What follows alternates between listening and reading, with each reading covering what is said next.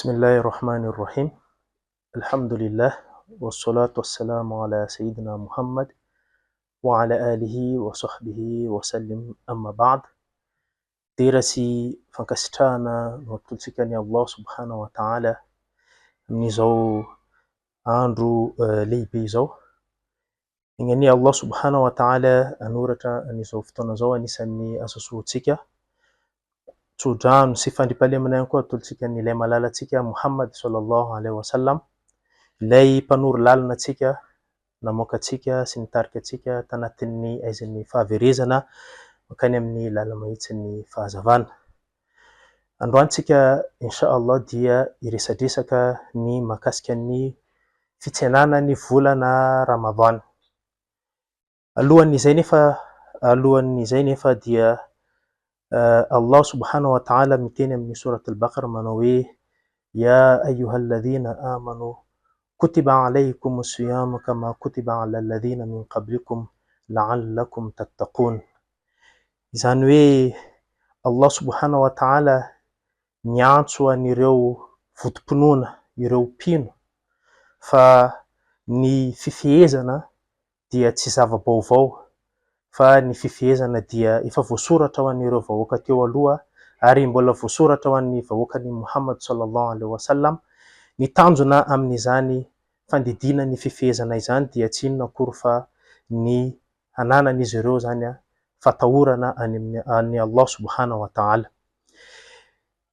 Araka ny teneniko teo dia iresaka antsika ny momba ny hoe ahoana ny atao mitsena an'izany volana Ramadan izany.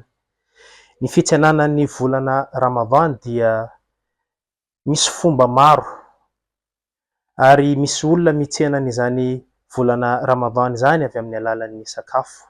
Misy olona mitsena an'izany volana Ramadan izany avy amin'ny alalan'ny fanompoana. Misy olona mitsena amin'izany volana Ramadan izany avy amin'ny alalan'ny fionana any amin'ny masjid sy ny fanaovana tarawih.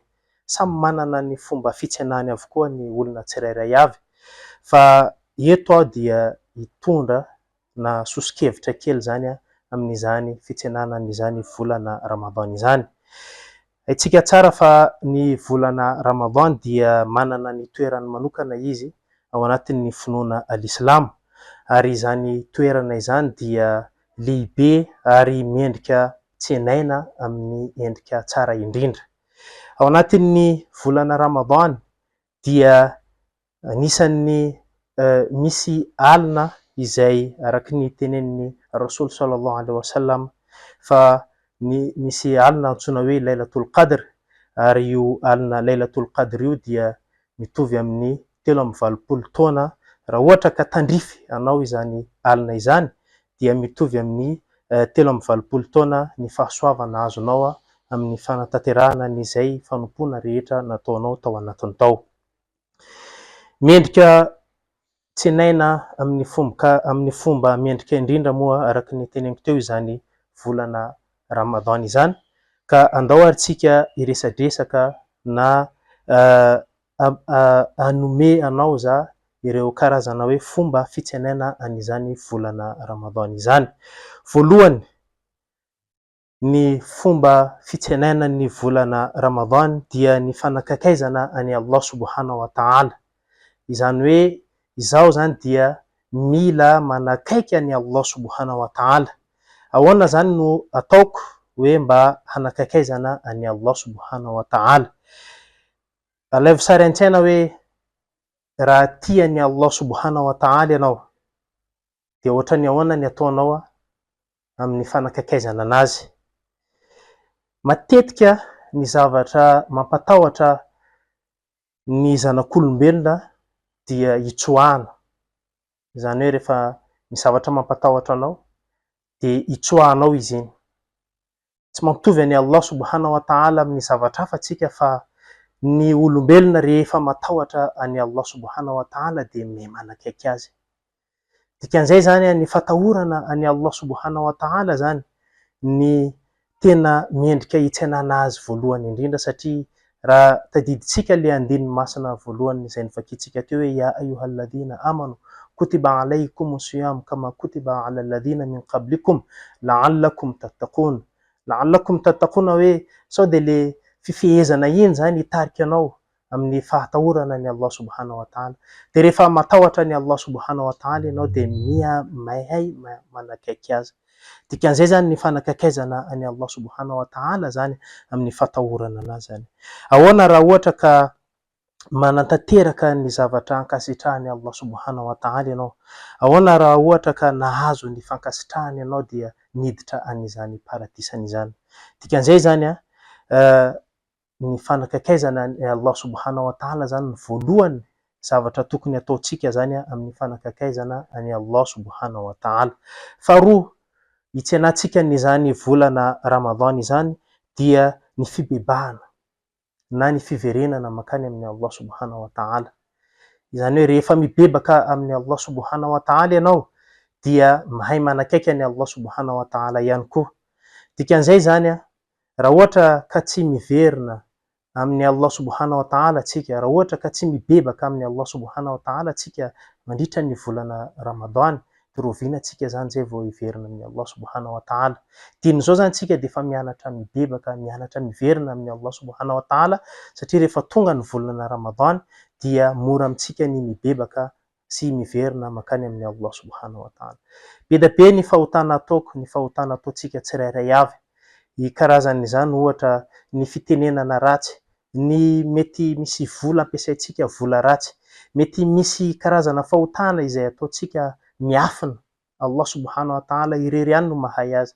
Misy fahotana ataontsika mibaribary, mety hainy mpiarabelona amitsika rehetra izany.